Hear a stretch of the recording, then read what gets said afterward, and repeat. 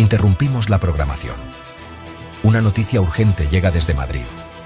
El gobierno español ha emitido un comunicado impactante. Habla de la unificación de la península ibérica, pero no habla de diplomacia. Habla de fuerza, habla de invasión. Las calles de Lisboa se llenan de miedo. Las familias se abrazan. Nadie puede creer lo que escucha. España, su vecino, su amigo, ahora es su enemigo. El miedo se mezcla con la rabia. ¿Cómo es posible llegar a esto? ¿En pleno siglo XXI?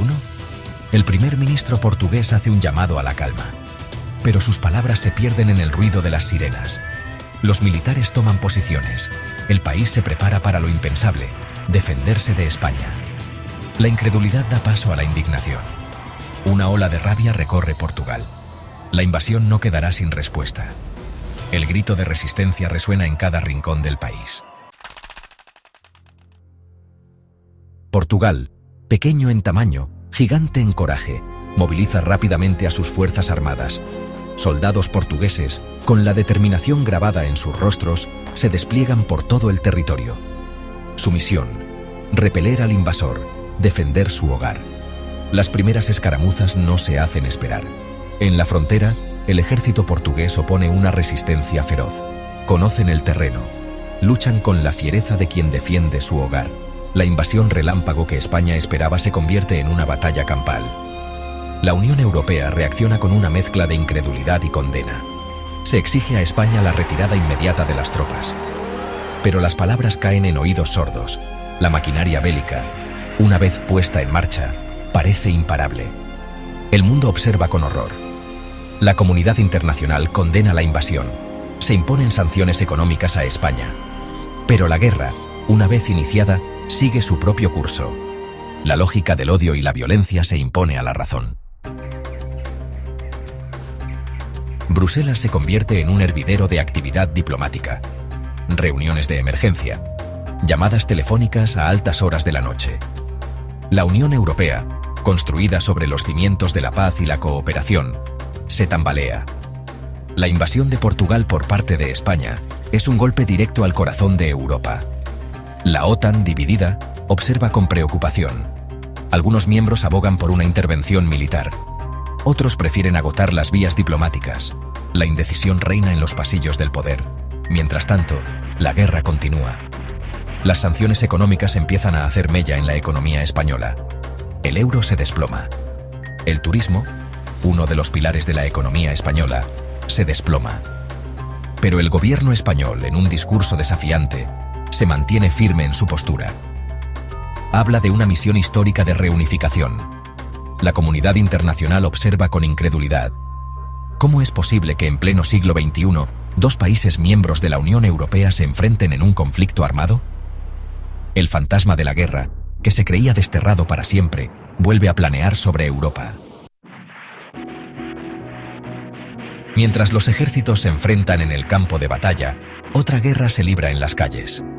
En Madrid, Barcelona, Sevilla, miles de personas salen a protestar contra la invasión. Gritan: no a la guerra, Portugal no es nuestro enemigo. Son la voz de la conciencia, ahogada por el ruido de las armas. En Lisboa, Oporto, Braga, la gente se moviliza también. No solo contra la invasión, sino también contra la locura, contra el sinsentido de la guerra.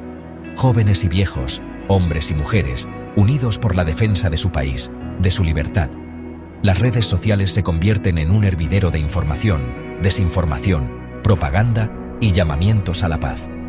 Imágenes de la guerra, crudas y reales, inundan las pantallas de todo el mundo. La guerra ya no es algo lejano, ajeno.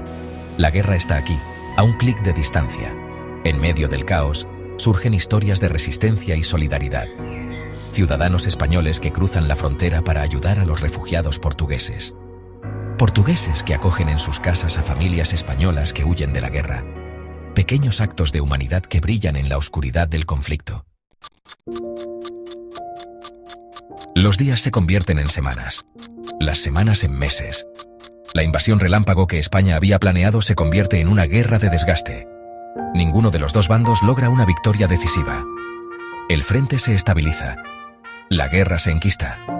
Los partes de guerra hablan de cientos miles de muertos. Las ciudades, antes llenas de vida, Ahora muestran las cicatrices de la destrucción. Los hospitales se desbordan. La economía se tambalea. La guerra lo devora todo. La comunidad internacional sigue buscando una salida negociada al conflicto. Pero la desconfianza entre las partes es total.